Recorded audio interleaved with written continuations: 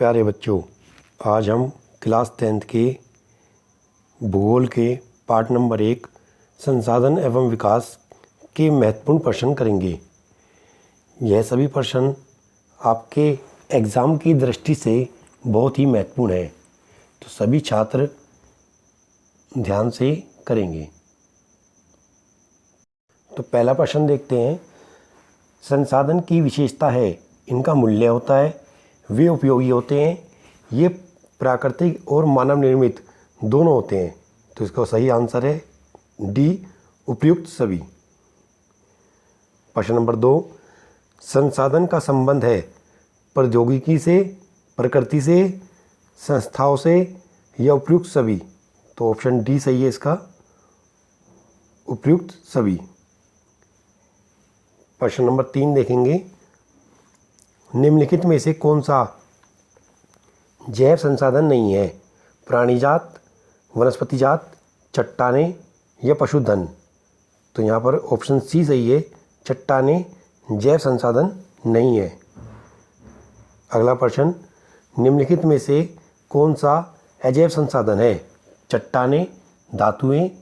Option C ए और B दोनों, और ऑप्शन डी उपयुक्त में से कोई नहीं। तो ऑप्शन सी सही है इसका, ए और बी दोनों। नेक्स्ट क्वेश्चन, निम्नलिखित में से नवीकरण योग्य संसाधन है?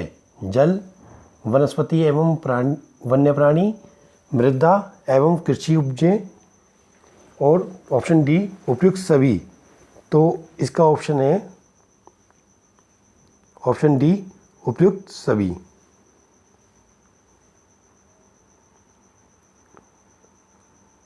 नेक्स्ट क्वेश्चन देखेंगे। नवीकरण योग्य संसाधन नहीं है? खनिज, सौर ऊर्जा, पवन ऊर्जा या वन्य जीवन।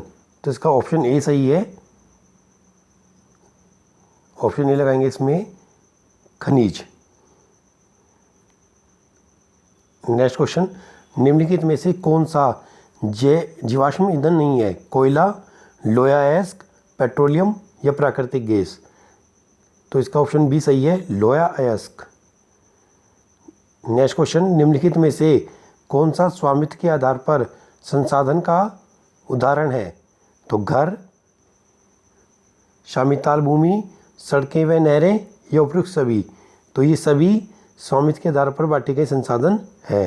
तो इसका ऑप्शन डी होगा, उपयुक्त सभी। अगला क्वेश्चन है, सामुदायिक स्वामित्व वाले संसाधन नहीं है? शमशान भूमि, घर, तालाब या उपयुक्त सभी। तो घर जो है वो निजी होता है, इसका ऑप्शन बी सही होगा इसमें। अगला क्वेश्चन है, निम्नलिखित में से कौन सा एक देश के राष्ट्रीय संसाधन का उदाहरण है? खनिज पदार्थ, जल संसाधन, राजनीतिक सीमा के अंतर्गत भूभाग या उपयुक्त सभी। तो ऑप्शन डी सही है इसका, उपयुक्त सभी। वे संसाधन जो प्रौद्योगिकी के अभाव में मानव की पहुंच से बाहर है, उन्हें संभावी कहते हैं, विकसित, भंडार या संचित कोष। तो इसका ऑप्शन सी सही है, भंडार। भारत के कुल भूभाग का कितने प्रतिशत भाग मैदानी है?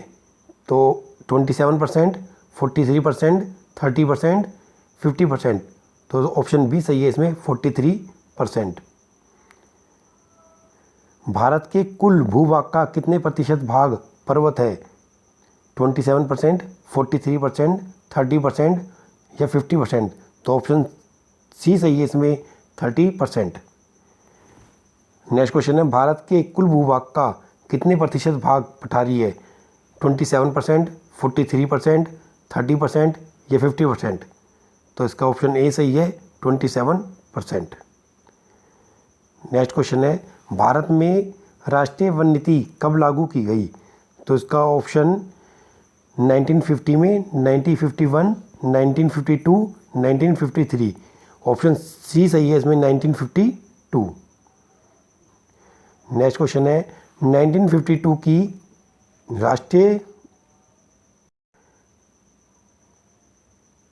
राष्ट्रीय वन नीति के अनुसार धरातल के कम से कम कितने प्रतिशत भाग पर वन होने चाहिए?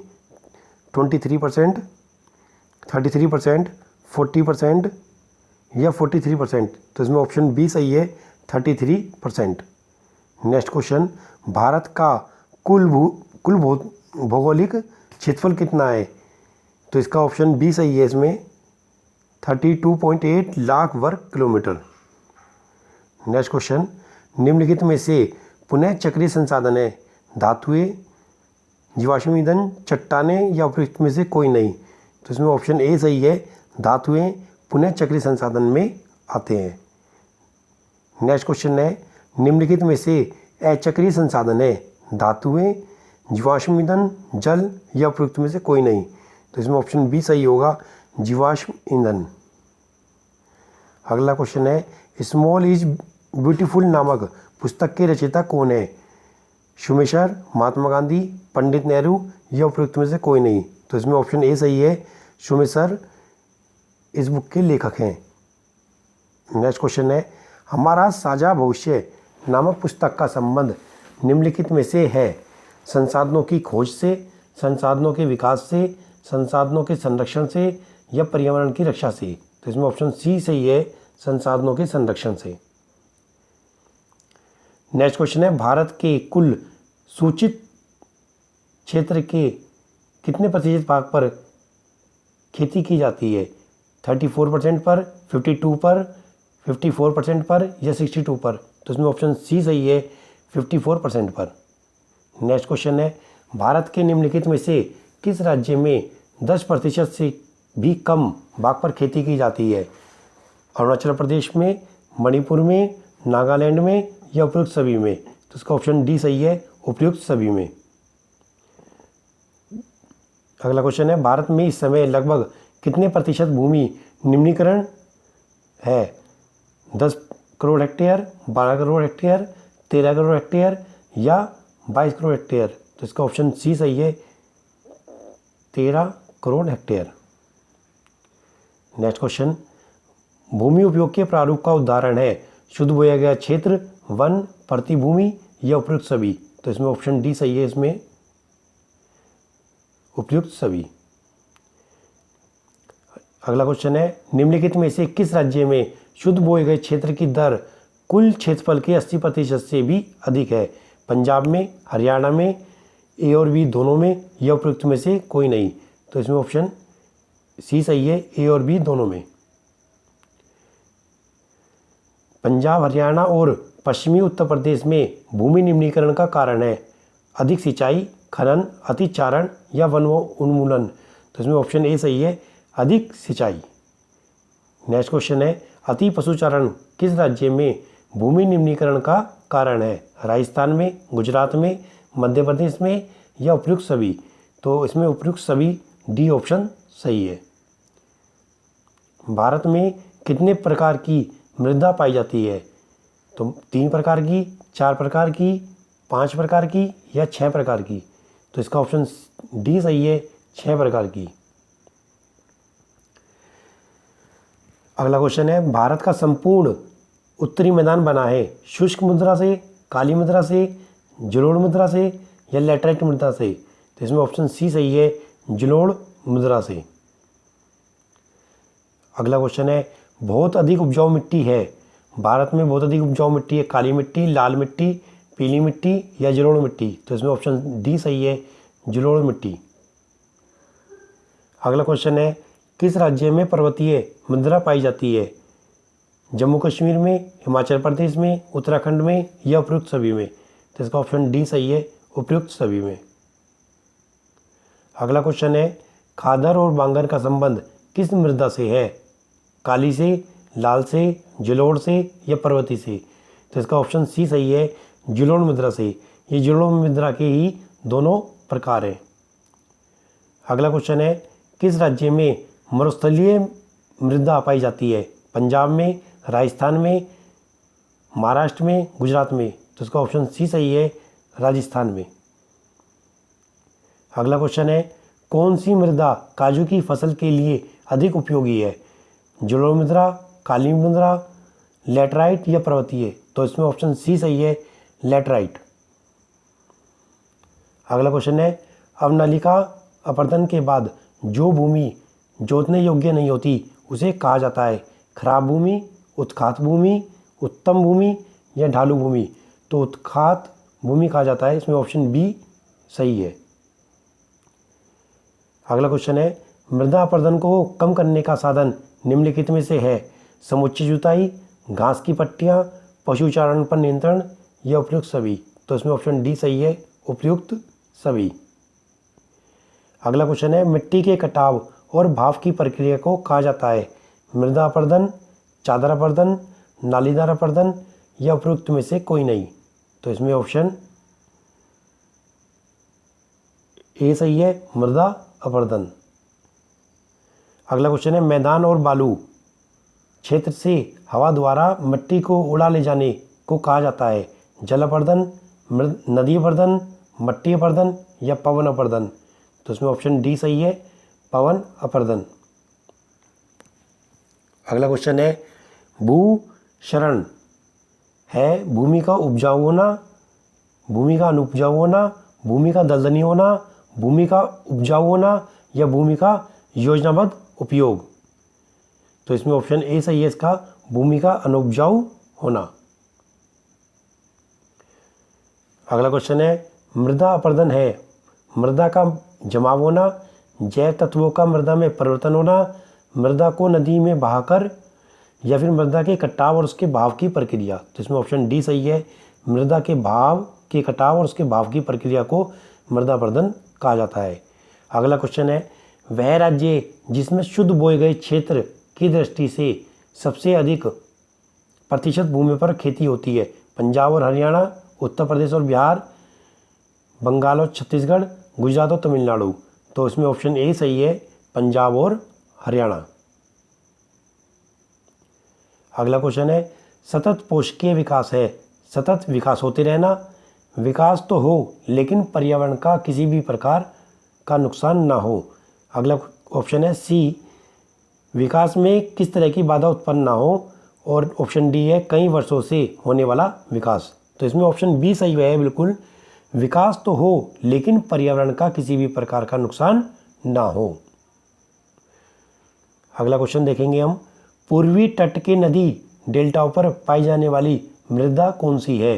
रेतीली मृदा, पर्वतीय मृदा, जलोढ़ या फिर काली? तो इसमें ऑप्शन सी सही है, बिल्कुल, जलोढ़ मृदा। अगला क्वेश्चन देखेंगे हम, उत्खात भूमि कैसी होती है? ऐसी भूमि जो पठारी भागों में बंजर होती है, खुदी भूमि को उत्खात भूमि कहा जाता है, ऐसी भूमि जो जोतने योग्य नहीं रहती, या ऑप्शन डी, पहाड़ी भागों में भूस्खलन वाले क्षेत्र? तो इसमें ऑप्शन सी सही है, बिल्कुल, ऐसी भूमि जो जोतने योग्य नहीं रहती उसे हम उत्खात भूमि कहते हैं। अगला क्वेश्चन है, मृदा निम्न में से किस प्रकार का संसाधन है? जैव संसाधन, अनवीनीकरणीय संसाधन, नवीकरणीय योग्य संसाधन या संभावी संसाधन? तो ये क्वेश्चन बच्चों आपके लिए है, एक क्वेश्चन, ये आज का क्वेश्चन है कि आपको बताना है कि मृदा किस प्रकार का संसाधन है।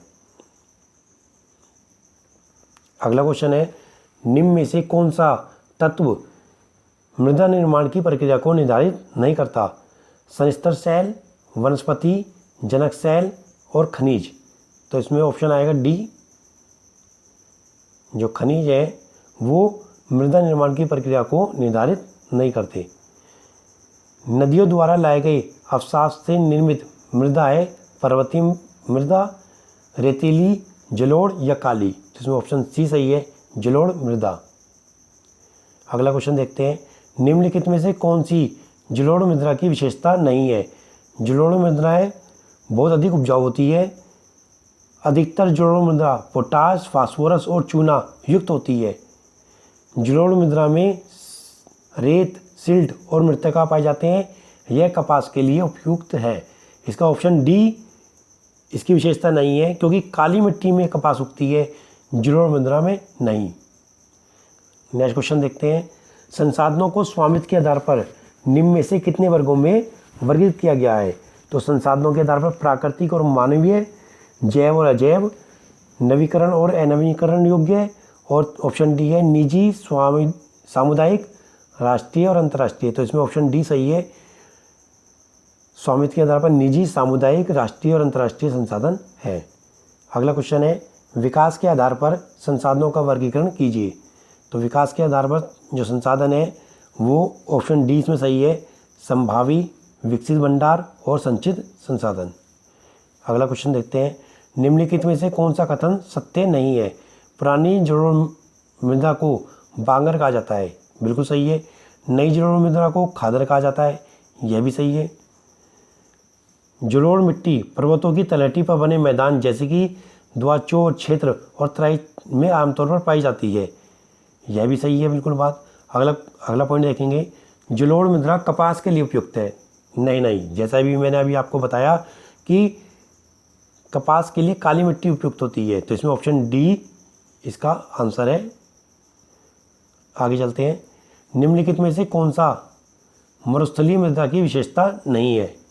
तो इसमें ऑप्शन डी इसका आंसर है, मरुस्थलीय मृदा काफ़ी उपजाऊ होती है। नहीं, मरुस्थलीय मृदा जो मिट्टी होती है वो काफ़ी उपजाऊ नहीं होती। अगला क्वेश्चन देखते हैं, निम्नलिखित में से संसाधनों का कौन सा वर्गीकरण समापत्ति के आधार पर है?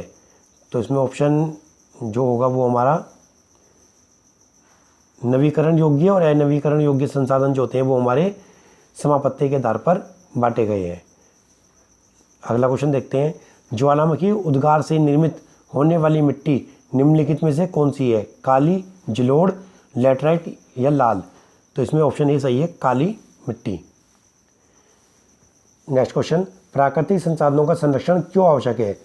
इसके बनने में लाखों करोड़ों वर्ष लग जाते हैं, ये सीमित मात्रा में होते हैं, आने वाली पीढ़ियों को किसी प्रकार की कठिनाई का सामना ना करना पड़े, या उपयुक्त सभी? तो इसमें ऑप्शन डी सही है, उपयुक्त सभी। अगला क्वेश्चन है, संसाधनों की उत्पत्ति के आधार पर प्रकार बताइए। जैव और अजैव, नवीकरण और अनवीकरण योग्य, प्राकृतिक और मानव निर्मित, राष्ट्रीय और अंतर्राष्ट्रीय? तो इसमें ऑप्शन ए सही है, जैव और अजैव। नेक्स्ट क्वेश्चन, भूमि निम्नीकरण का मानवीय क्रियाकलाप नहीं है, वनोन्मूलन, अति पशुचारण, खनन या बाढ़? तो इसमें से सिर्फ बाढ़ एक ऐसी क्रिया है जो मानव नहीं करता, तो इसमें ऑप्शन डी सही है। आगे चलते हैं, भारत में राष्ट्रीय वन नीति द्वारा निर्धारित वनों की अंतर्गत शामिल भौगोलिक क्षेत्र का प्रतिशत कितना है? तो इसमें ऑप्शन डी सही है, 33%। अगला क्वेश्चन देखते हैं, निम्नलिखित में से कौन से कारक भू उपयोग को निर्धारित करते हैं? भू आकृति, जनसंख्या घनत्व, जलवायु, प्रौद्योगिकी क्षमता, मिट्टी के प्रकार, संस्कृति और परंपराएं, या उपयुक्त सभी? तो उसमें उपरोक्त सभी इसका सही आंसर है। अगला क्वेश्चन, लैटराइट मिट्टी में ह्यूमस की मात्रा कम होने का कारण है? अधिक वर्षा के कारण, मृदा के पथरीली होने के कारण, मृदा के अधिक अपरदन के कारण, या अत्यधिक तापमान के कारण? तो इसमें ऑप्शन डी सही है, अत्यधिक तापमान के कारण। नेक्स्ट क्वेश्चन है, संसाधन विकास क्या है? संसाधनों का योजनाबद्ध उपयोग करना, संसाधनों को राष्ट्रीय स्तर का बनाना, संसाधनों का उपयोग योग्य बनाना, संसाधनों को व्यर्थ होने से रोकना? तो इसमें ऑप्शन सी सही है बिल्कुल, संसाधनों को उपयोग योग्य बनाना।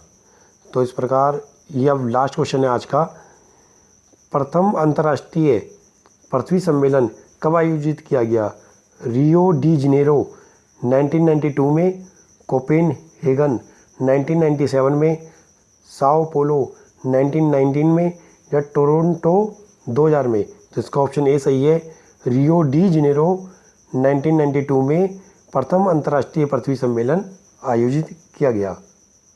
प्यारे बच्चों, जिन बच्चों ने अभी तक यह चैनल सब्सक्राइब नहीं किया है, वह सभी बच्चे यह चैनल सब्सक्राइब कर लें और बेल आइकन पे भी टिक कर लें, जिससे कि जो नई वीडियो है वो आपको नोटिफिकेशन के थ्रू मिलती रहे।